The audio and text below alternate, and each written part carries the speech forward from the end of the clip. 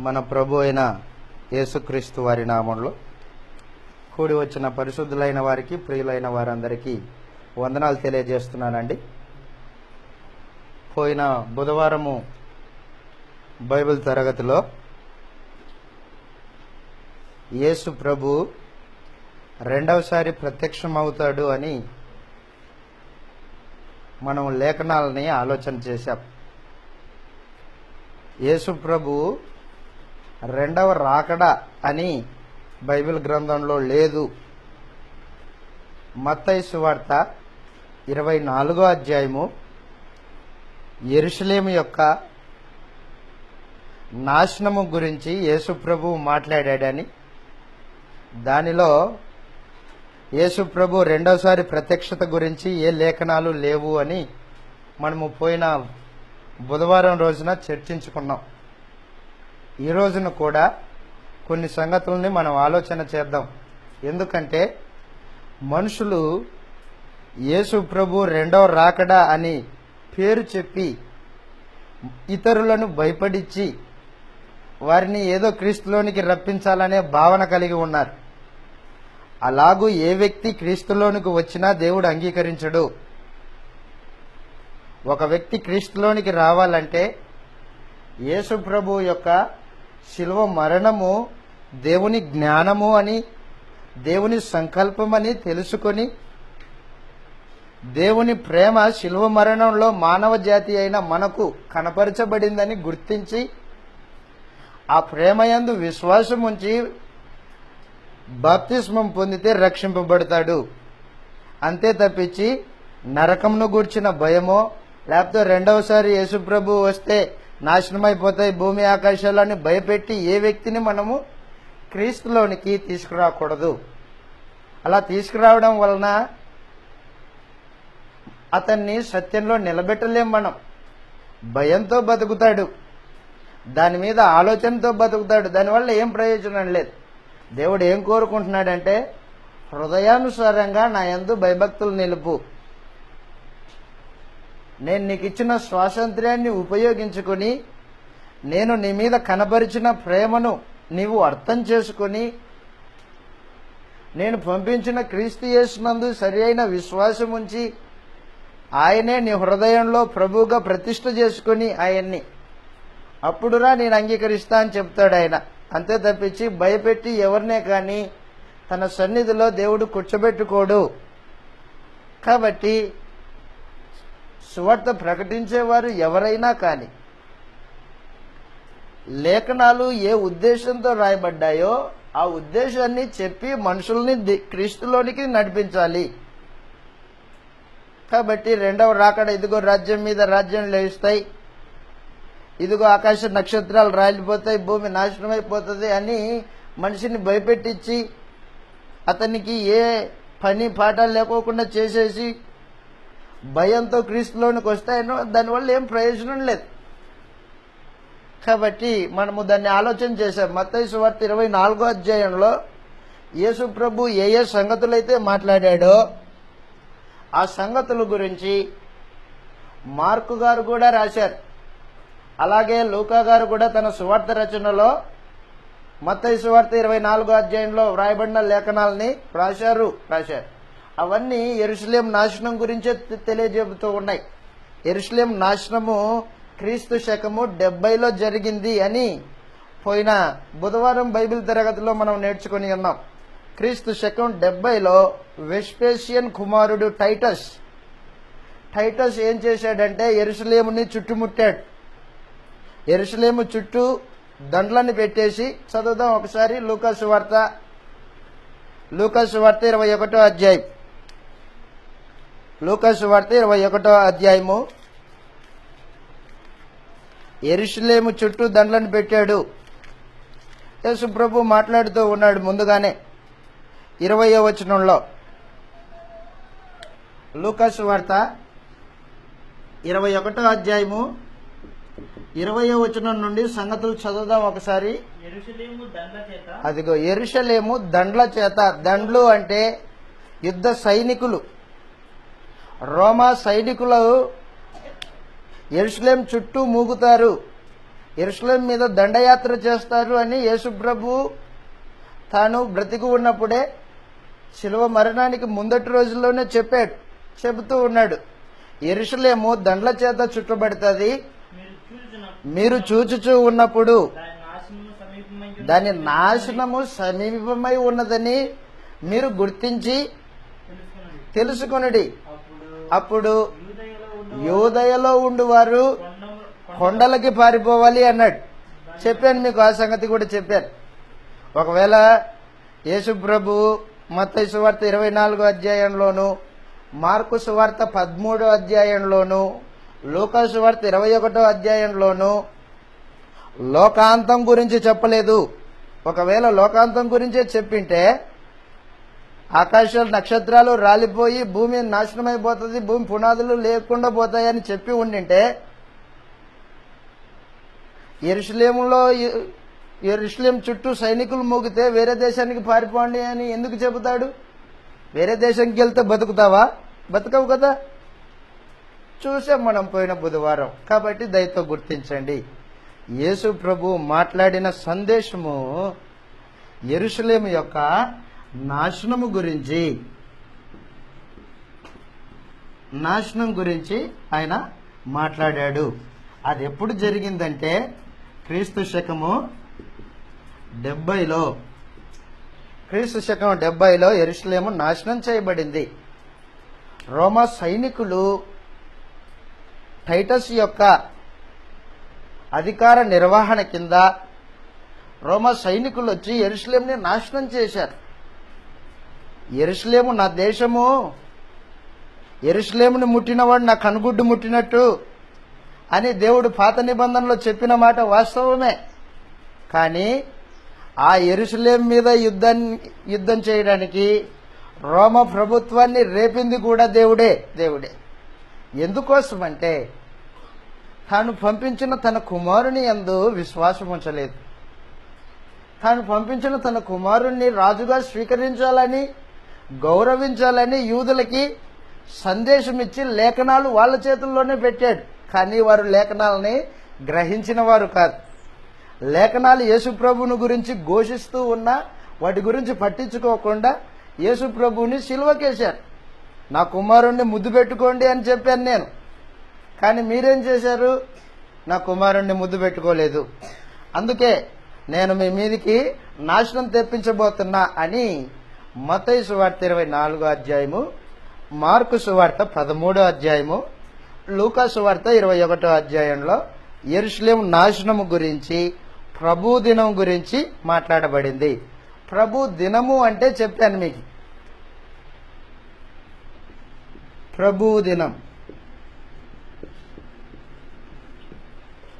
పాత నిబంధనలో యెహోవా దినము అంటాడు, యెహోవా ఉగ్రత దినము అంటాడు పాత నిబంధనలో.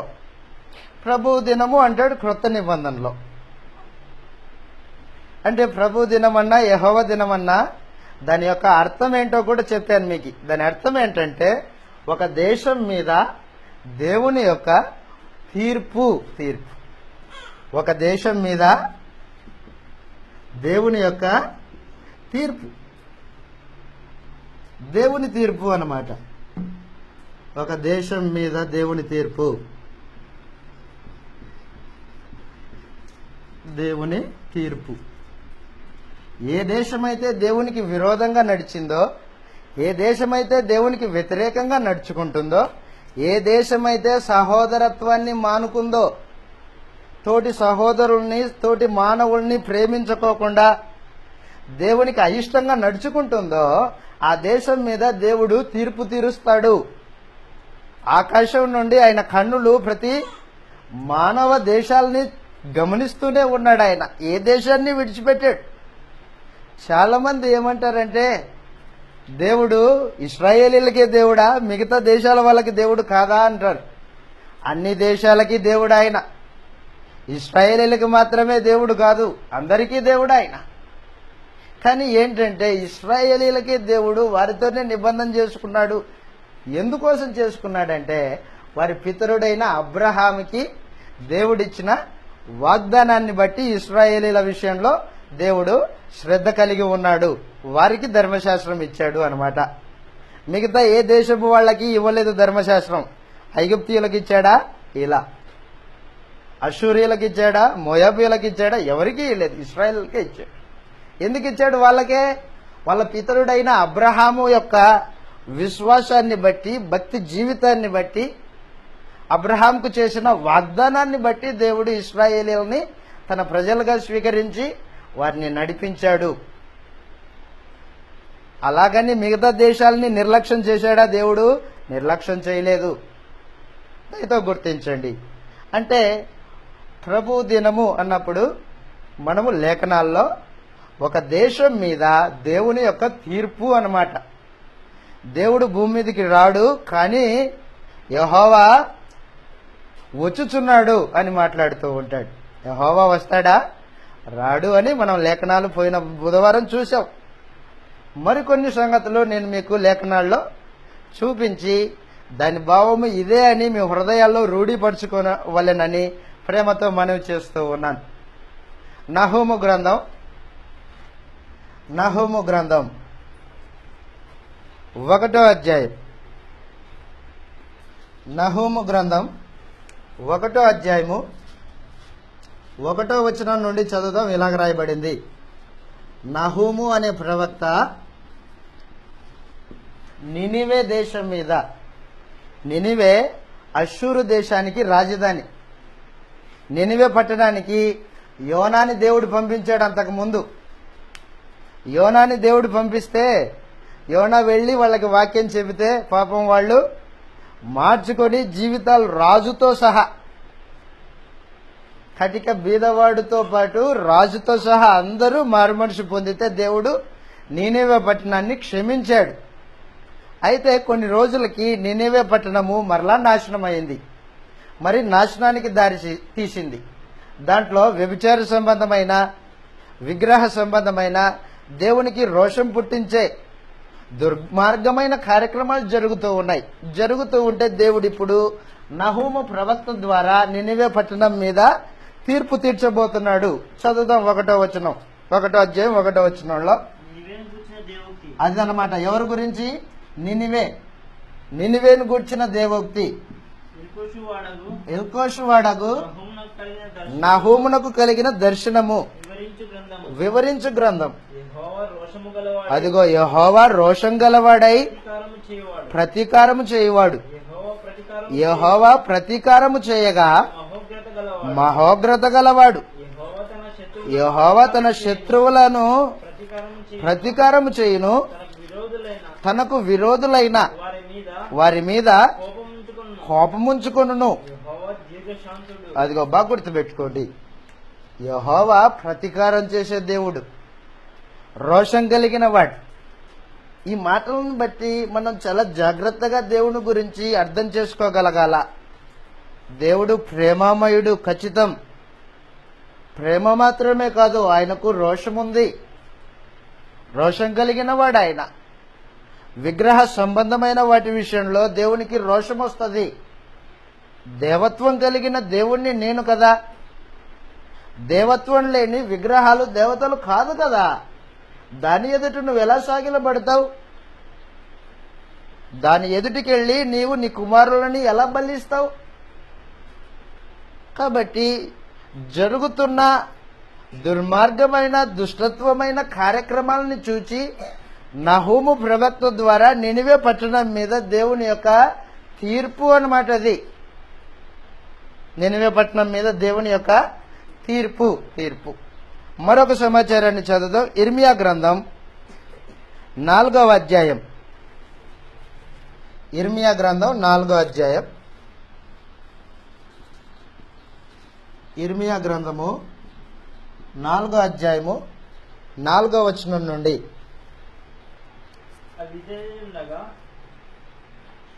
క్షమించండి, డైరెక్ట్ గా 23 చదువుదాం. 23, 24 వచనాల్లో ఇలాగ చెబుతూ ఉన్నాడు.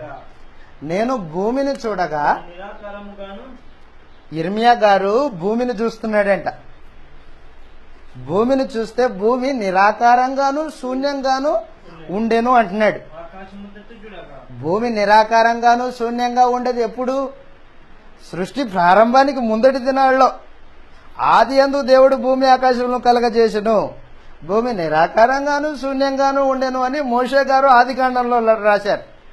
కానీ ఇర్మియా గారు ఇప్పుడు చూస్తూ ఉంటే దర్శనంలో ఏం కనిపిస్తుంది? భూమి నిరాకారంగాను శూన్యంగాను ఉండెను, ఆకాశము తట్టు చూడగా అచ్చట వెలుగు లేకపోయెను, పర్వతములను చూడగా అవి కంపించుచున్నది. అంటే యెరూషలేము మీద దేవుని తీర్పు, ఇశ్రాయేలీల మీద, యూదా జాతి మీద దేవుని యొక్క తీర్పును ప్రకటించబోతున్నాడు ఇర్మియా గారు. అందుకని ఆకాశము వెలుగు లేకోకుండా ఉంది, భూమి శూన్యమై ఉంది, దాంట్లో నిరాకారంగా ఉంది భూమి అని చెప్పాడు.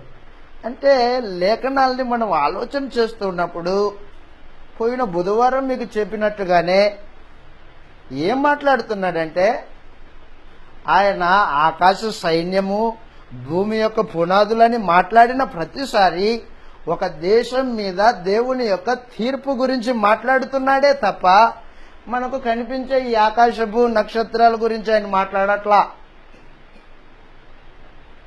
ఆయన భౌతికమైన ఆకాశం గురించి, భౌతికమైన భూమి గురించి ఆయన మాట్లాడట్లేదు అనేది లేఖనాల ద్వారా మనం అర్థం చేసుకోగలగాల. ఒకవేళ నీకు అర్థం కాకపోతే తెలిసిన వాళ్ళ దగ్గర కూర్చొని నేర్చుకోవాలా. సంగతి ఏంటయ్యా ఇది, ఇలాగంటున్నారు మనుషులని నేర్చుకోవాలా, పొరపాటు పడకూడదు. అలాగనే యెహెజ్కేలు గ్రంథం 32వ అధ్యాయం 1 నుండి 8 వచనాలు. యెహెజ్కేలు గ్రంథము 32వ అధ్యాయము 1 నుండి చదువుదాం లేఖనాలు. మరియు 12వ సంవత్సరమున 12వ నెల మొదటి దినమున యెహోవా వాక్కు యెహెజ్కేలుకి ప్రత్యక్షమైంది. ఇలాగ సెలవిచ్చెను, నరపుత్రుడా, ఎవరి గురించి? ఐగుప్తు రాజైన ఫరోను గురించి అంగలార్పు వచనం ఎత్తి అతనికి ఈ మాట ప్రకటించుము, జనములలో కొదమసింహం వంటి వాడవై ఉంటివి, నువ్వు ఎంచబడితివి, జనములలో ముసలి వంటి వాడవై నదులలో రేగుచు నీ కళ్ళతో కలియబెట్టితివి, వాటి వాగులను నీవు బురదగా చేసితివి. అదిగో చెబుతూ ఉన్నాడు, దాని క్రియలన్నిటినీ చెప్పాడు. ఐగుప్తు దేశమా, నువ్వు చేసిన నీ కార్యక్రమాలన్నీ ఇవి. అయితే నీ మీద నేను కోపపడుతున్నా, నీకు తీర్పు తీర్చబోతున్నా అని చెబుతూ ఉన్నాడు. చదువుదాం కిందికి. అదిగో గుంపులు గుంపులుగా జనమును సమకూర్చి నేను అదిగో నేను నా వలను నీ మీద వేస్తాను. ఐగుప్తు మీద దేవుడు ఏం వేస్తాడు అంటున్నాడు? వల వేస్తాడంట. గుంపులు గుంపులుగా జనాల్ని నీ మీదికి రేపుతాను. అంటే దేవుని యొక్క తీర్పు ఐగుప్తు దేశం మీద యెహెజ్కేలు ప్రవక్త ద్వారా ప్రకటింపజేస్తూ ఉన్నాడు. చదువుదాం కిందికి. నా వలను నీ మీద వేస్తాను, నా వలలో చిక్కిరే అని నిన్ను బయటికి లాగెదరు. నేను నిన్ను నేల పడవేసి పారవేసేదను. బాగా గుర్తుపెట్టుకోండి, ఆకాశ పక్షులన్నీ నీ మీద వాలునట్లు చేసి నీ వలన భూజంతువులన్నింటికి కడుపార ఆహారం పెడతాను. నీ వలన నీ మాంసము పర్వతముల మీద వేసేదను, నింపెదను. మరియు భూమిని నీ రక్తధార చేత పర్వతముల వరకు నేను తడుపుదును. నీ రక్తం చేత పర్వతాలన్నింటినీ తడిపేస్తాను అంటున్నాడు. లోయలను నీతో నింపబడును.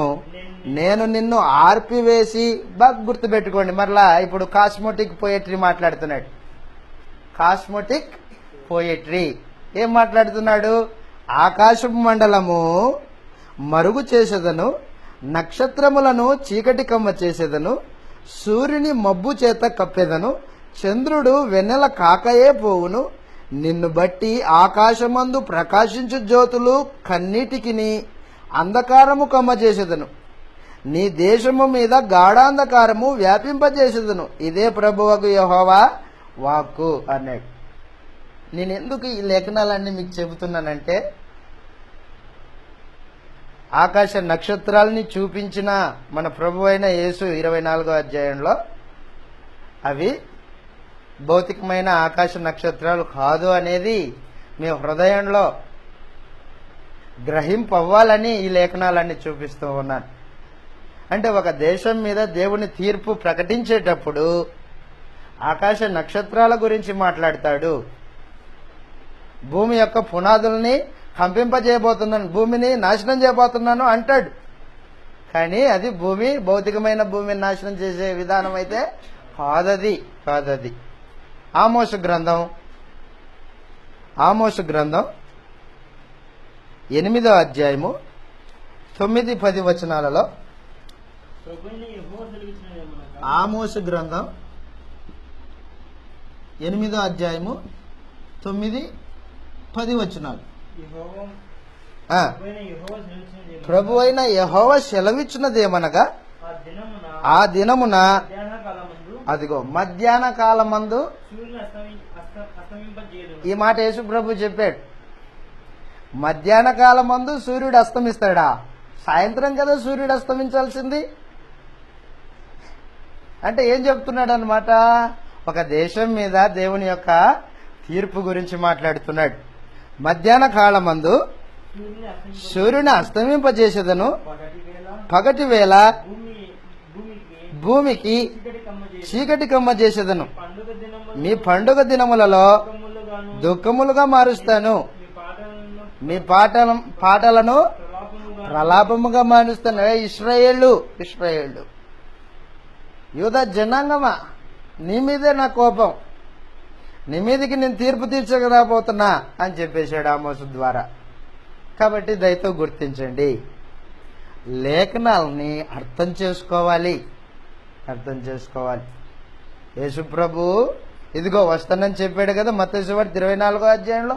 ఆకాశం నాశనం అయిపోతుంది, భూమి అంత అయిపోతుంది అనుకొని మనుషులు ఏమవుతున్నారంటే భయాందోళనకి గురైపోయి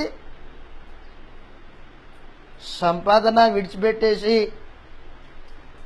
రేపు చచ్చిపోతాం కదా, ఈరోజు తిందాం, తాగుదాం, బతుకుతాం అంతే, ఈరోజు ఒక్కరోజే, రేపు సంగతి ఏమో మనకు తెలియదు అనే భావనతో ఏం చేస్తున్నారంటే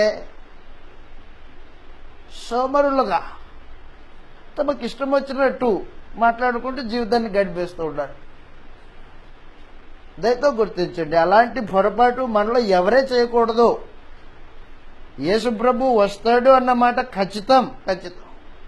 అయితే ఆయన వస్తాను అని చెప్పిన విధానం వేరు. పౌలు దాని గురించి మాట్లాడాడు. యేసు ప్రభు రెండవసారి ప్రత్యక్షత గురించి పౌలు మాట్లాడాడు.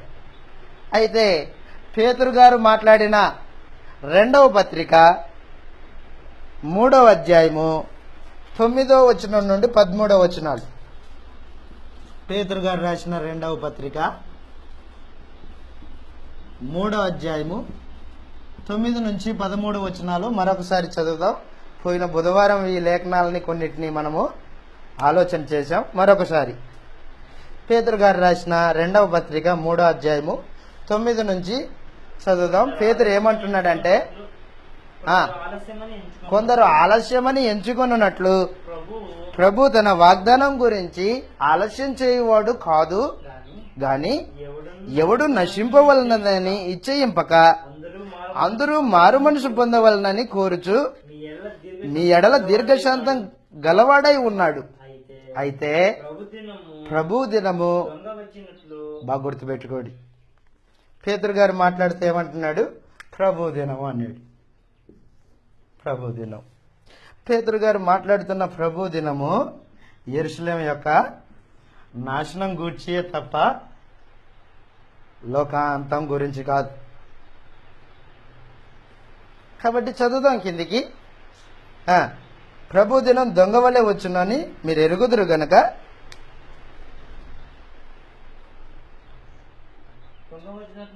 వచ్చును.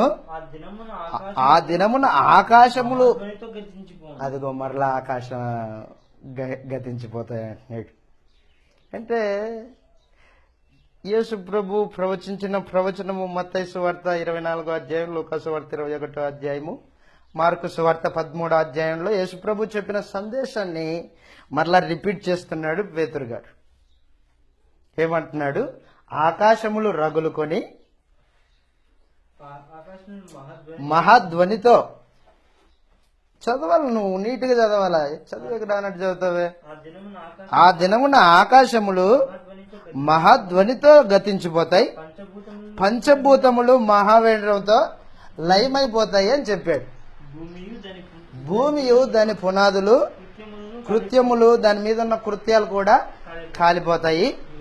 ఇవన్నీ ఇట్లు లయమైపోవును గనక ఆకాశములు రగులుకొని లయమైపోవునట్టు, పంచభూతములు మహావేంద్రముతో కరిగిపోవునట్టు, అదిగో దేవుని దినపు రాకడా అంటున్నాడు. మరలా ఇప్పుడు పైన ప్రభు దినం అన్నాడు, దేవుని దినపు రాకడా అంటున్నాడు. కాబట్టి దయతో నేను చెప్తున్న సందేశము మీకు అర్థమవుతుంది అనుకుంటున్నాను. యేసు ప్రభు మత్తయి సువార్త 24వ అధ్యాయం కానీ, లూకా సువార్త 21 కానీ, మార్కు సువార్త 13వ అధ్యాయంలో కానీ ఈ లోక నాశనము, యేసు ప్రభు రెండవసారి ప్రత్యక్షత గురించి ఆయన చెప్పట్లేదు. యెరూషలేము నాశనం గురించే చెబుతున్నాడు. ఇదిగో ఒక దేశం మీద దేవుని తీర్పు ప్రకటించే విధానము ప్రవచన రూపంలో ఇలాగ మాట్లాడబడుతూ ఉంటది అనేది మనం తేటగా గ్రహించాలి. అంత మాత్రమే కాదు, యేసు ప్రభు యొక్క సంఘమును హింసించిన రోమా సామ్రాజ్యం ఉంది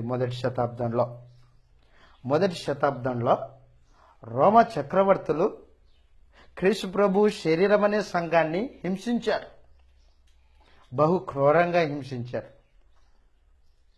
అసలు క్రైస్తవుల్ని ఒక సామాన్యమైన మనిషి కింద కూడా లెక్కగట్టలా. జంతువులు, సింహాలు, పులులకి మనుషుల్ని ఆహారంగా వేశారు ఆ దినాల్లో. అంత క్రూరంగా యేసు ప్రభు శరీరం మీద, సంఘం మీద రోమ ప్రభుత్వం విరుచుకుపడింది. నీరో చక్రవర్తి విరుచుకుపడితే దేవుడు ఏం చేస్తాడు? చూసి ఊకుంటాడా? తన ప్రజలైన వారు కన్నీటిని చూడడా ఆయన? తన ప్రజలు అంత హింసకు గురి అవుతుంటే ఆయన ఊకనే ఉంటాడా? వారిని కొనిన ప్రభు ఊకనే ఉంటాడా? ఉండడు కాదు, ఉండడు. ఉండకుండా ఏం చేశాడంటే యేసు ప్రభు తన శరీరం అనే సంఘం మీద ప్రేమ కలిగిన వాడై సంఘాన్ని హింసించిన రోమ ప్రభుత్వం మీద తీర్పును ప్రకటించాడు. చదువుదాం ఒకసారి. రోమ ప్రభుత్వంపై దేవుని తీర్పు. ప్రకటన గ్రంథము 6వ అధ్యాయము. ప్రకటన గ్రంథము 6వ అధ్యాయం. రోమ ప్రభుత్వంపై దేవుని తీర్పు. ప్రకటన గ్రంథము 6వ అధ్యాయము 12వ వచనం నుండి 17 వచనాల వరకు చదువుదాం ఒకసారి. ప్రకటన గ్రంథము 6వ అధ్యాయము 12వ వచనం నుండి, ఆయన 6వ ముద్రను విప్పినప్పుడు నేను చూడగా పెద్ద భూకంపం కలిగింది. అదిగో భూకంపం కలిగింది అంటున్నాడు.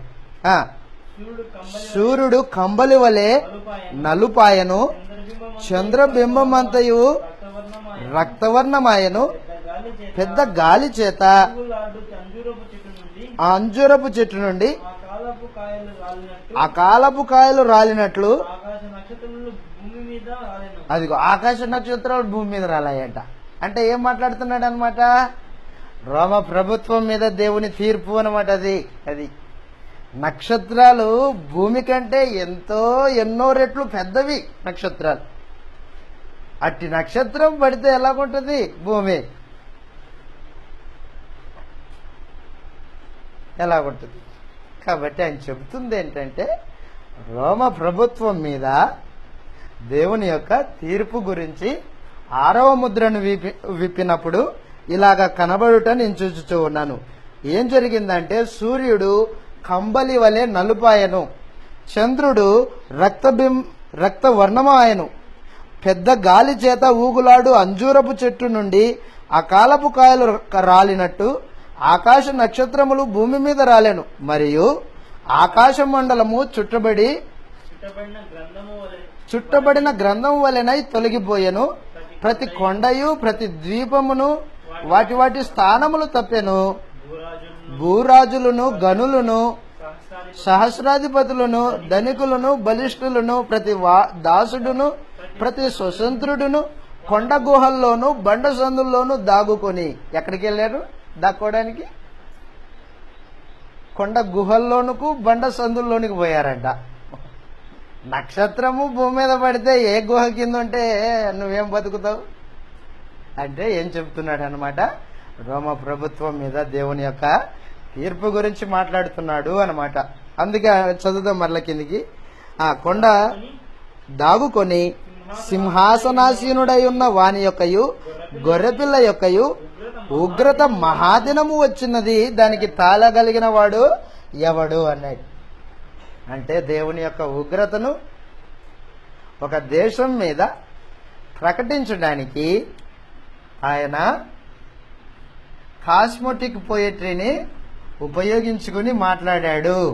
కాస్మోటిక్ పోయట్రీ అంతే తప్పించి ఆకాశంలో ఉన్న నక్షత్రాలు భూమి మీద రాలుతాయి అనేది దాని అర్థం కాదు. ఆ దేశం మీద దేవుడు తన ఉగ్రతను చూపించబోతున్నాడని తెలియచేయడానికి ఈ సంగతులన్నీ మాట్లాడుకుంటూ వస్తూ ఉంటాడు. కాబట్టి సత్యాన్ని మీరు గ్రహించాలని ప్రేమతో మనవి చేస్తూ ఉన్నా. లేఖనాలని మనము తేటగా అర్థం చేసుకోగలగాలి. అందుకోసమే బైబిల్ని ప్రతి క్రైస్తవుడు తూచా తప్పకుండా చదవాలా లేదా వినాలా. ఆదివారం మాత్రమే 1 గంట సేపు లేదా 2 గంటల సేపు దేవుని దగ్గర కూర్చున్నంత మాత్రాన అయిపోదు. బైబిల్ని నేర్చుకోవడానికి తాపత్రయపడాలా. లేకపోతే బైబిల్ నేర్చుకోకపోతే అబద్ధపు బోధలు నీ దగ్గరకు వచ్చి నిన్ను మోసగిస్తాయి. మోసపోతావు. నిత్యత్వము దేవునితో పాటు కాకోకుండా అపవాదికి దాని దూతలకు ఏర్పాటు చేసిన నిత్యాగ్ని దండానికి పోతావు మోసపోతే. కాబట్టి లేఖనాలని మనం తేటగా అర్థం చేసుకోగలగాలి, నేర్చుకోవాలి. నేర్చుకోకపోతే మనము మోసపోతాము. దయతో గుర్తించండి. పేతురు గారు రాసిన 2వ పత్రిక 3వ అధ్యాయము 13వ వచనానికి వద్దాం. ఇప్పుడు పేతురు గారు రాసిన 2వ పత్రిక 3వ అధ్యాయము 13వ వచనంలో అక్కడ ఒక సందర్భం ఉంది. ఏంటి సందర్భం అంటే, కొత్త ఆకాశము క్రొత్త భూమి అన్నాడు కదా. అదేంటి? లోకంలో ఉన్న వాళ్ళు ఏమన్నారంటే, డినామినేషన్ వాళ్ళు, దేవుడు ఈ ఆకాశాన్ని భూమిని తీసివేసి కొత్త ఆకాశాన్ని కొత్త భూమిని ఏర్పాటు చేసి పెట్టి తన యందు విశ్వాసం ఉంచిన వారిని మాత్రమే ఆ కొత్త ఆకాశం ఆ కొత్త భూమిలో పెట్టి వారిని 1000 సంవత్సరాలు పరిపాలన చేస్తాడు, 1000 ఏళ్ల పరిపాలన ఉంది అంటారు వాళ్ళు. దయతో గుర్తించండి, వారు మాట్లాడే దానికి బైబిలు ఎన్నడే గాని వాటి గురించి చెప్పలేదు. 1000 ఏళ్ల పరిపాలన అనేది బైబిల్ యొక్క బోధ కాదు. అది దయచేసి గుర్తించండి. వారు అపార్థం చేసుకొని మాట్లాడే మాటలవి. ఇప్పుడు మనం ఏం చూడబోతున్నామంటే, పేతురు గారు రాసిన 2వ పత్రిక 3వ అధ్యాయంలో, సరే అది క్రీస్తు శకం 70కి అయితే మరి కొత్త ఆకాశం కొత్త భూమి అన్నాడు కదా, అదేమి అని అడుగుతారు మనల్ని. కాబట్టి కొత్త ఆకాశము క్రొత్త భూమి గురించి మనం కొన్ని సంగతులని ఈ సమయంలో ఆలోచన చేయబోతున్నాం. కొత్త ఆకాశము కొత్త భూమి, కొత్త భూమి. దయతో గుర్తించండి నా మాటలు. యేసు ప్రభు శిలువ మరణానికి ముందటి రోజుల్లో ఎవరు ఏలుబడి చేస్తున్నారు? అపవాది ఏలుబడి చేస్తుంది. రోమా ప్రభుత్వం భౌతికంగా ప్రభుత్వం అది, అయితే ఆత్మ సంబంధంగా అపవాది ఏలుబడి చేస్తుంది. అపవాది కింద మరణ ప్రభుత్వం ఉంది. మరణ ప్రభుత్వం అంటే పాపం చేసిన వాడు చనిపోవాలి అనేది ఇది మరణ ప్రభుత్వం యొక్క పాలసీ. రెండవది పాపం ఏలుతుంది. పాపము ఏలుతూ ఉంది. పాపం చేయు ప్రతివాడు పాపానికి దాసుడై ఉన్నాడు. యేసు ప్రభువు పాపుల్ని రక్షించడానికి ఈ లోకానికి వచ్చాడు. రోమ ప్రభుత్వం నుండి మనుషుల్ని విడిపించడానికి కాదు ఆయన వచ్చింది. ఆయన వచ్చింది దేనికోసం? పాపం నుండి మనుషుల్ని విడిపించడానికి వచ్చాడు. అంత మాత్రమే కాదు, ధర్మశాస్త్రం కూడా ఆ దినాలలో ఏలుబడి చేస్తుంది. యేసు ప్రభు శిలువ మరణానికి ముందటి రోజులో వాతావరణం ఎలాగుందంటే, అపవాది మనుషులందరినీ పాపం చేయించి చచ్చిన స్థితిలో పడివేసి దేవునికి దూరం చేసింది. అపరాధముల చేత పాపముల చేత చచ్చిన వారై ఉండగా అన్నాడు. అంటే భూమి అంతా శ్మశానపు వాటికగా మారిపోయింది. మనం భౌతికంగా శ్మశానపు వాటిలోకి అడుగు పెడితే మన ఫీలింగ్ ఎలా ఉంటుంది? మన ఆలోచన విధానం ఎలా ఉంటుంది? అరే శవాలు ఉన్నాయి, ఇవన్నీ శవాళ్ళు, చచ్చిపోయిన వాళ్ళు అనే భావన ఎలా కలుగుతుందో, యేసు ప్రభు ఈ లోకానికి వచ్చే సమయానికి కూడా మానవ జాతి అంతా అపరాధముల చేత పాపముల చేత చచ్చిపడిపోయింది. ఎండిన అరణ్య భూమి, ఏ మొక్క బతికలేదు. నీళ్లుంటే కదా బతికేది మొక్క. అడవిలో మొక్కలు మొలుస్తాయా? మొలిచిన మొక్కను కూడా అపవాది ఏం చేస్తుంది? ప్రతి మొక్క ఎదుగుతూ ఉంటే దానిపైన కొన జుట్టుని తుంచేస్తుంది. ఇంకేం ఎదుగుతుంది ఆ చెట్టు? ఎన్ని నీళ్లు కడితే ఎదుగుతుంది? ఎదగదు. మా ఇంట్లో ఒక బొప్పాయి చెట్టు పెరిగింది. కోతి దాని ఆకులు రోజు ఒకటి తుంచుకొని తింటూ ఉండదు, చూస్తూ ఉండ. ఒక రోజున కోతి వచ్చి ఏకంగా దాని బయ చుట్టూ అంతా తుంచేసి వెళ్ళిపోయింది. ఇరిగిపోయింది. ఇంకా దానికేమీ బతుకుతుంది ఆ చెట్టు? అలాగున యేసు ప్రభు ఈ లోకానికి రావడానికంటే ముందే మనుషులందరూ బ్రతికున్నారన్న పేరుంది కానీ చచ్చిన స్థితిలో ఉన్నారు. చచ్చిన స్థితిలో ఉన్న వారిని యేసు ప్రభు బ్రతికించడానికి వచ్చాడు. అంటే పరిస్థితులని మార్పు చేయడానికి వచ్చాడు యేసు ప్రభు. చచ్చిన వాళ్ళని బతికించడానికి, దేవునితో సహవాసం పోయిన వారిని మరలా సహవాసం ఏర్పాటు చేయడానికి, దేవుని ఉగ్రత కింద ఉన్న వారిని, దేవునికి శత్రువులుగా బతుకుతున్న వారిని దేవునితో సమాధానపరచడానికి యేసుప్రభు వచ్చాడు. అంటే పరిస్థితుల్లో మార్పు జరిగించడానికి యేసుప్రభు ఈ భూమి మీదకి వచ్చాడు. కొత్త ఆకాశము కొత్త భూమి అంటే దాని అర్థం ఏంటంటే పరిస్థితుల్లో మార్పు జరుగుతాయి. ఒకటి పరిస్థితులలో మార్పు. ఒకప్పుడు అపవాది ప్రభుత్వం ఏలింది, ఇప్పుడు ఏలుతుంది ఎవరు? యేసు ప్రభు ప్రభుత్వం ఏలుతున్నాడు. యేసు ప్రభు ఇప్పుడు రాజు అయి ఉన్నాడు అన్నమాట. ప్రభుత్వం మార్చబడింది. ఒకప్పుడు మరణ ప్రభుత్వం ఉంది, ఇప్పుడు జీవ ప్రభుత్వం వచ్చింది. యేసు ప్రభు ఏర్పాటు చేసి పెట్టాడు జీవ ప్రభుత్వాన్ని. ఒకప్పుడు పాపం ఏలేది, ఇప్పుడు నీతి ఏలుతుంది. ఒకప్పుడు ధర్మశాస్త్రం మనుషుల్ని పాపంలో కట్టిపడేసింది, ఇప్పుడు ధర్మశాస్త్రం లేదు, క్రొత్త నిబంధన వచ్చింది. అంటే పరిస్థితులు ఒకప్పుడు ఉన్నవి కాకోకుండా కొత్తవి ఏర్పాటు చేయబడ్డాయి. అది చెప్పడానికి కొత్త ఆకాశము కొత్త భూమి అనే ఆ పద ప్రయోగము బైబిల్లో మనకు కనిపిస్తూ ఉంటుంది. చదువుతో నేను చెబుతుంది కథ కాదు, మనం లేఖనాలని ఆధారం చేసుకొని దాన్ని అర్థం చేసుకోగలుగుతాం. యెషయా గ్రంథం 35వ అధ్యాయము 1వ వచనం నుండి 10 వచనాలు చాలా జాగ్రత్తగా చదవాలా. నేను ముగించబోతాను, అయితే దయతో గుర్తించండి. అందరిలాగా క్రీస్తు ప్రభు సంఘం ఉండకూడదు. అందరిలాగా క్రీస్తు ప్రభు సంఘం జ్ఞానం లేని వారిగా ఉండకూడదు, లేఖనాలని తెలియని వారిగా ఉండకూడదు. లేఖనాలని గ్రహించిన వారై జీవితాన్ని క్రీస్తు కొరకు యథార్థంగా నడిపించే వారై ఉండాలి క్రీస్తు సంఘం అంటే. కాబట్టి దానికోసం మనం లేఖనాలని తేటగా అర్థం చేసుకోగలగాల. యెషయా గ్రంథం 35వ అధ్యాయము 1వ వచనం నుండి 10 వచనాలు జాగ్రత్తగా చదువుదాం.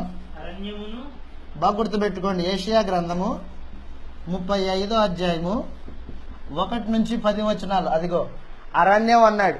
అరణ్యం అంటే అడవి. అడవిలో ఏముంటాయి? అడవిలో క్రూర జంతువులు ఉంటాయి, మృగాలు ఉంటాయి. కానీ ఇక్కడ యెషయా గారు చెబుతుంది భౌతికమైన అరణ్యం గురించి కాదు. లోకము యేసుప్రభు రావడానికంటే ముందు అరణ్యమై ఉంది. అరణ్యంలో ఏ జీవి పరిస్థితుల్లో బ్రతికే స్థితి లేదు, సమాధానంగా బ్రతికే స్థితి లేదు మానవ జాతికి. నెమ్మది లేని దుర్భరంలో బతుకుతూ ఉన్నారు. నెమ్మది లేదు, హృదయంలో పాపమేలుబడి చేస్తుంది. ఎండిన ఎడారి ఎలా ఉంటుందో అలాగుంది భూలోకం చెబుతూ ఉన్నాడు యెషయా గ్రంథం 35:1 వచనంలో. అరణ్యంలో ఎండిన భూమియు సంతోషిస్తుంది అంట. చూడండి, అడవి ఉల్లసించి కస్తూరి పుష్పం వలె పూయును, అది బహుగా ఉల్లసించి పూయుచు ఉల్లసించును. ఉల్లసించి సంగీతం. అరణ్యం ఎక్కడైనా పాట పాడుతుందా? మరి ఏం చెబుతున్నాడు ప్రవక్త యెషయా గారు? యేసు ప్రభు వస్తే పరిస్థితులు మారిపోతాయి. ఆయన రక్తం వలన మనుషులని కొని పాప బానిసత్వం నుండి విడుదల చేసి జీవ ప్రభుత్వాన్ని ఏర్పాటు చేసి పెట్టి నీతిమంతులుగా తీర్చి కొత్త నూతన సృష్టిగా వారిని మార్చి నడిపిస్తాడు అని యెషయా గ్రంథం 35వ అధ్యాయము తేటగా చెబుతుంది. చదువుదాం కిందికి. లెబానోను సౌందర్యము దానికి కలుగును, కర్మేలు షారోనులకున్న సొగసు దానికి ఉండును అని దానికి యెహోవా మహిమ అని తేజస్సును చూచును. బాగా గుర్తుపెట్టుకోండి. సడిలిన చేతును బలపరచుడి, తొట్టిల్లు మోకాళ్ళను దృఢపరచుడి, తత్తరిల్లు హృదయము ఇట్లనుడి. భయపడక ధైర్యంగా ఉండండి. ప్రతిదండన చేయుటకై దేవుడు వచ్చుచూ ఉన్నాడు. చేయదగిన ప్రకారమును ప్రతీకారమును ఆయన చేయును. ఆయన వచ్చి మిమ్మల్ని రక్షించును. బాగా గుర్తుపెట్టుకోండి ఆ మాట. గుడ్డివారి కన్నులు తెరవబడతాయి, చెవిటివాని చెవులు విప్పబడతాయి, కుంటివాడు దుప్పివలె గంతులు వేయవు, మూగవాని నాలుక పాడుతుంది, అరణ్యంలో నీళ్లు ఉబ్బుతాయి, అడవిలో కాలువలు పాడుతాయి అన్నాడు. ఈ మాట ఎవరికి సందర్భించి మాట్లాడుతున్నాడు అన్నమాట? యేసు ప్రభు వచ్చి మూగవారిని కుంటివారిని బాగు చేశాడు. బాగు చేసి వారికి పాప జీవిత అనుభవంలో నుండి నీతి జీవిత అనుభవంలోనికి మనుషుల్ని పిలుస్తూ ఉన్నాడు యేసు ప్రభు. చెబుతూ ఉన్నాడు 7వ వచనంలో, ఎండమావులు మడుగులవుతాయంట, నీటి బుగ్గలు పుట్టును, నక్కలు పండుకొనిన వాటి ఉనికి పట్టులో జమ్మును, తుంగగడ్డి మేత పుట్టును, దారిగా ఉన్న రాజమార్గం ఒకటి ఏర్పడును, అది పరిశుద్ధ మార్గం అనబడును, అది అపవిత్రులు పోకూడని మార్గం. క్రీస్తు మార్గం అది. దయతో గుర్తించండి, క్రీస్తు ప్రభు రాజ్యంలో అపవిత్రులు ఉండరు, అపవిత్రులకి చోటు లేదు. చెబుతూ ఉన్నాడు, అపవిత్రులు పోకూడని మార్గము అది మార్గమును పోవారికి ఏర్పరచబడును, మూడులైనను దానిలో నడుచుచు త్రోవను తప్పక ఉందరు, అక్కడ సింహం ఉండదంట. క్రూర జంతువు దాన్ని ఎక్కవు, అవి అక్కడ కనబడవు. విమోచింపబడిన వారే అక్కడ నడుచుదురు. యెహోవా విమోచించిన వారు పాటలు పాడుచు తిరిగి సియోనుకు వచ్చెదరు. వారి తలల మీద నిత్య ఆనందమును గలవారై వచ్చెదరు. దుఃఖమును నిట్టూర్పును ఎగిరిపోవును. ఏమర్థమవుతుంది? అడవిలో కాలువలు పారుతాయా ఎక్కడన్నా భౌతికంగా? ఎండమావులంట. రోడ్డు మీద మనం పోతూ ఉన్నప్పుడు ఎండమావి కనిపిస్తుంది. అక్కడ ఏమైనా నీళ్లు ఉంటాయా? ఉండవు. కానీ ఇక్కడ ఏమంటున్నాడు గ్రంథంలో? ఎండమావులు మడుగులవుతాయి అంటున్నాడు. దేని గురించి మాట్లాడుతున్నాడు ప్రవక్త? పరిస్థితులు మార్పు చెందుతాయి, పరిస్థితులు మార్పు చెందుతాయి. యేసు ప్రభు వస్తే పరిస్థితులు మార్పు చెందుతాయి. అంటే ఇప్పుడు యేసు ప్రభు వచ్చేసాడు, ఆయన పరిస్థితుల్ని మార్చేశాడు. నీకు అర్థమైందా యేసు ప్రభు పరిస్థితులు మార్చాడని? ఇక మీదట నీవు పాపానికి దాసుడిగా బ్రతకవలసిన పని లేదు. నీ శరీరపు యొక్క కోరికలు ఇచ్చలకి నువ్వు లోబడవలసిన పని లేదు. ధర్మశాస్త్రము నీ మీద పెత్తనం చేయదు. అపవాది నిన్ను లోబర్చుకోలేదు. అపవాది ప్రభుత్వం కూల్చేసాడు యేసు ప్రభు. యెషయా గ్రంథం 65వ అధ్యాయం. యెషయా గ్రంథము 65వ అధ్యాయం 16వ వచనం నుండి 25వ వచనం వరకు లేఖనాలు చదువుదాం.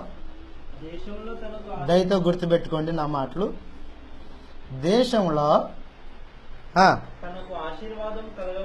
తనకు ఆశీర్వాదం కలగవలనని కోరువాడు నమ్మదగిన దేవుడు తన్ను ఆశీర్వదింపవలనని కోరువాడు.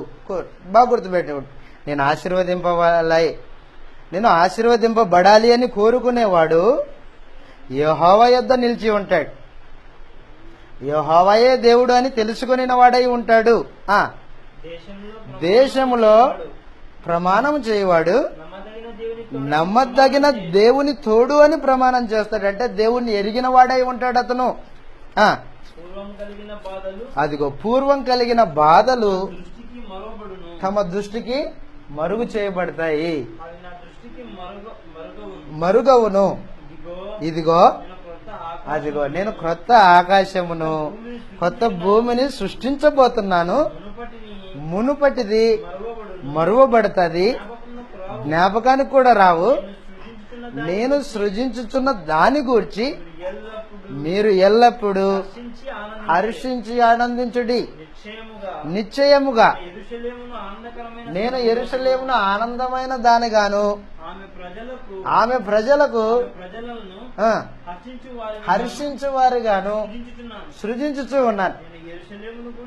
యెరూషలేము గూర్చి ఆనందించువాడను హర్షించదను. రోదన ధ్వనియు విలాప ధ్వనియు దానిలో ఇక నిలబడదు. అక్కడ ఇకను కొద్ది దినములు బ్రతుకు శిశువులు ఉండరు, కాలము నిండని ముసలివారు ఉండరు. బాలురు అదిగో 100 సంవత్సరాలు వయసు కలిగిన వారై చనిపోదురు. పాపాత్ముడై శాపగ్రస్తుడగు వాడు సహితము 100 సంవత్సరాలు బ్రతుకుతాడు. జనులు ఇండ్లు కట్టుకొని వాటిలో కాపురం ఉంటారు. ఇలాగ చెప్పుకుంటూ వచ్చాడు. ఇదంతా దేని గురించి మాట్లాడుతున్నాడు?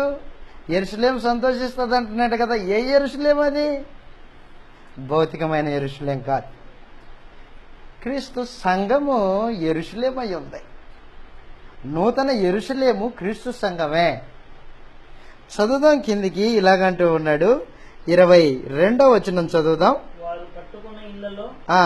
వేరే వారు కాపురం ఉండరు, వారు నాటుకున్న వాటిని వేరొకరు అనుభవింపరు. నా జనులు ఆయుష్యము వృక్షాయుష్యమంతా అగును. నేను ఏర్పరచుకొని ఉన్నవారు తాము చేసుకుని దాన్ని ఫలమును పూర్తిగా అనుభవింతురు. వారు వృధాగా ప్రయాసపడరు, ఆకస్మికంగా కలుగు అపాయమునందుటకై పిల్లలను కనరు. వారు యెహోవా చేత ఆశీర్వదింపబడిన వారగుదురు. వారి సంతానపు వారు వారి యొద్దనే ఉందురు. వారికి లాగున జరుగును. వారు వేడుకొనక మునుపు నేను ఉత్తరమిచ్చేదను. వారు మనవి చేయచూ ఉండగా నేను ఆలకించెదను. తోడేళ్లను గొర్రెలను కలిసి మేస్తాయి అన్నట్టు. ఎక్కడైనా తోడేళ్లు గొర్రెపిల్ల కలిసి మేస్తాయా? తోడేలు క్రూరమైన జంతువు, గొర్రెపిల్ల సాధు జంతువు. గొర్రెపిల్ల కనిపించిందనుకో తోడేళ్ళకి పొదలోనికి లాక్కొని పోతుంది అది. కానీ ఇక్కడ అంటున్నాడు గొర్రెపిల్ల తోడేలు యొద్ద నివాసం చేయును. సింహము ఎద్దు వలె గడ్డి తినును. సర్పమునకు మన్ను ఆహారమగును, నా పరిశుద్ధ పర్వతములో అవి హాని అయినను నాశనమైనను చేయకుండాను అని యెహోవా సెలవిచ్చుచున్నాడు అన్నాడు. కాబట్టి క్రీస్తు ప్రభు సంఘంలోనే ఈ పరిస్థితులు ఏర్పడ్డాయేది. క్రీస్తు ప్రభు సంఘంలో క్రూర స్వభావం కలిగిన మనుషులు ఉండరు. క్రూర స్వభావాన్ని మానుకున్న మనుషులు ఉంటారు. పాప స్వభావాన్ని, ప్రాచీన స్వభావాన్ని సిలివేసిన వారు ఉంటారు క్రీస్తు ప్రభు సంఘంలో. ఒకప్పుడు పౌలు క్రూరమైన పులి, సింహం లాంటోడు. కనిపిస్తే క్రీస్తునందు ఉన్న వారిని తీసుకొని వెళ్ళి చెరసల్లో వేసి బాధించేవాడు. అలాంటోడు యేసుప్రభువుకి లోబడ్డాడు. ఇప్పుడు గొర్రెపిల్లలాగా సాధు స్వభావం కలిగిన వాడై క్రైస్తవులతో పాటు కలిసి బతుకుతూ ఉన్నాడు. పౌలు ఒకప్పుడు ఎలా ఉన్నాడు, ఇప్పుడు ఎలా ఉన్నాడు అంటే ఏం జరిగిందనమాట? స్వభావంలో మార్పు, పరిస్థితుల్లో మార్పు, హృదయంలో మార్పు. ఒకప్పుడు నరుడు పౌలు ఒకప్పుడు క్రూరమైన స్వభావం కలిగిన వాడు, కానీ ఇప్పుడు హృదయం మార్చబడింది, సాధు స్వభావిగా మారిపోయాడు. పరిస్థితులు మారాయి. సింహం లాంటోడు ఇప్పుడు ఎద్దుతో పాటు గడ్డి తింటున్నాడు. గడ్డి తినడం అంటే అర్థం ఏంటంటే అందరితో పాటు కలిసి తాను కూడా సహవాసం చేస్తున్నాడు అన్నమాట. అంటే ఈ క్రొత్త ఆకాశము, క్రొత్త భూమి అంటే ఇవి తీసేసి ఇంకోటి వేస్తాడు అనేది అబద్ధం. క్రొత్త ఆకాశము, క్రొత్త భూమి అంటే క్రీస్తు సంఘమే, క్రొత్త నిబంధన సంఘమే. క్రొత్త నిబంధన సంఘంలో స్వభావము మార్పు చెందిన వారు ఉంటారు, హృదయాన్ని మార్చుకున్న వారు ఉంటారు, సాధువులు ఉంటారు, ఒకరినొకరు ప్రేమ కలిగిన వారై ఉంటారు. యెషయా గ్రంథం 11వ అధ్యాయం ముగించేస్తాను నేను. యెషయా గ్రంథము 11వ అధ్యాయము 6వ వచనంలో తోడేళ్లు అదిగో తోడేలు గొర్రెపిల్ల 65వ అధ్యాయంలో మనం ఏదైతే చదివామో అదే మాట్లాడుతున్నాడు ఇక్కడ. గొర్రెపిల్ల తోడేలు యొద్ద నివాసం చేయును, చిరుతపులి మేకపిల్ల యొద్ద పండుకొనును, దూడయు కొదమసింహము కూడుకొనగా బాలుడు వాటిని తోడును, ఆవులు ఎలుగులు కూడిమేయును, వాటి పిల్లలు దయతో గుర్తించండి. క్రీస్తు ప్రభు సంఘస్థులు ఏ విధమైన భేదం లేని వారై ఉంటారు. ఏ విధమైన భేదం లేదు. భాషా భేదం కానీ, కుల భేదం కానీ, జాతి భేదం కానీ లేని వారై అందరూ ఒకే దగ్గర కలిసి పండుకొనుదురు అన్నాడు. ఒకరి ఒకరు వివాహ బాంధవ్యాలు ఏర్పాటు చేసుకుంటారు. ఒకప్పుడు సింహం లాంటోడే, కానీ ఇప్పుడు సింహం కాదు, మార్చుకున్నాడు. పరిస్థితులు మారాయి, హృదయం మారింది, అతని ఆలోచన విధానం మారింది, అతని స్వభావం మారింది. క్రీస్తునందున్నవాడు నేడిప్పుడు నూతన సృష్టి అన్నాడు. ఒకప్పుడు లాంటి నరసింహ కాదు ఇతను, ఇప్పుడు మారిపోయిండు. క్రీస్తు చేత పట్టబడ్డాడు, మారిపోయాడు అన్నమాట. ఒకప్పుడు లాంటి ఎరిసామి కాదు నేను, ఇప్పుడు మారిపోయిండు అన్నమాట. ఒకప్పుడు లాంటి బోనా కాదు అన్నమాట, మారిపోయాడు. అంటే పరిస్థితుల్లో మార్పు, స్వభావంలో మార్పు, హృదయంలో మార్పు. నిత్య జీవం కోసం బతికే వాళ్ళు అన్నమాట. వాళ్ళ గురించి వాళ్ళల్లో నీతి నివసిస్తుంది అన్నాడు పేతురు గారు. దాని గురించి కొత్త ఆకాశము, కొత్త భూమి అని చెప్పాడే కానీ ఆకాశం తీసేస్తాడు, ఇంకో కొత్త చేస్తాడు అని కాదు. కాబట్టి మనము మనుషులు అపార్థం చేసుకునిన లేఖన భాగాల్ని ఇంతటితో ముగించబోతున్నాం. యేసు ప్రభు యొక్క రెండవ రాకడ గురించి బైబిల్లో ఎక్కడా లేదు. మత్తయి సువార్త 24వ అధ్యాయం యేసు ప్రభు రెండవ రాకడ గురించి కాదు. పేతురు గారు రాసిన 2వ పత్రిక 3వ అధ్యాయంలో కూడా యేసు ప్రభు యొక్క రెండవ రాకడ గురించి కాదు. మరి దేని గురించి అది?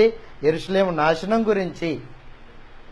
యెరూషలేము నాశనానికి ముందే పేతురు క్రీస్తు శకం 65లో రెండవ పత్రిక రాశాడు. క్రీస్తు శకం 65లోనే. 70లో యెరూషలేము నాశనం జరిగింది. ఈ 65-70 మధ్యలో 67వ సంవత్సరంలో పేతురు నీరో చక్రవర్తి చేత ఎక్స్ ఆకారంలో సిలువ వేయబడి చంపబడ్డాడు. అదే సమయంలో పౌలు ఖడ్గం చేత తల నరకబడి చంపబడ్డాడు. యెరూషలేము నాశనం జరుగుతుందని యేసు ప్రభు శిష్యుడైన యోహాను గారు ఎరిగిన వాడై తానేం చేశాడంటే యేసు ప్రభు యొక్క తల్లిని అలాగే తన కుటుంబాన్ని తీసుకొని ఎఫెసు పట్టణానికి వెళ్ళిపోయాడు. చరిత్ర చెబుతుంది ఇది. కాబట్టి ఇదంతా మీకు చెప్పవలసిన అవసరం నాకు ఏర్పడిందంటే, మనుషులు భయపడుతున్నట్లుగా మీరు యేసు ప్రభు రెండవ రాకడా అని దాని గురించి ఆలోచన చేయకండి. మనం ఆలోచన చేయవలసింది ఏంటంటే యేసు ప్రభు రెండవసారి ప్రత్యక్షమవుతాడు. ఆ ప్రత్యక్షత గురించి తెస్సలోనికయులకు పౌలు ఉత్తరం రాస్తూ మొదటి పత్రిక, రెండవ పత్రిక దాని గురించి రాయబడింది. రెండవ రాకడ గురించి కాదు, రెండవసారి ప్రత్యక్షత గురించి. మరలా వచ్చినప్పుడు బుధవారంన రెండవసారి ప్రత్యక్షత గురించి పౌలు రాసిన మొదటి తెస్సలోనికయ పత్రిక, రెండవ తెస్సలోనికయ పత్రిక దాని గురించి మనం ఆలోచన చేయబోతాం.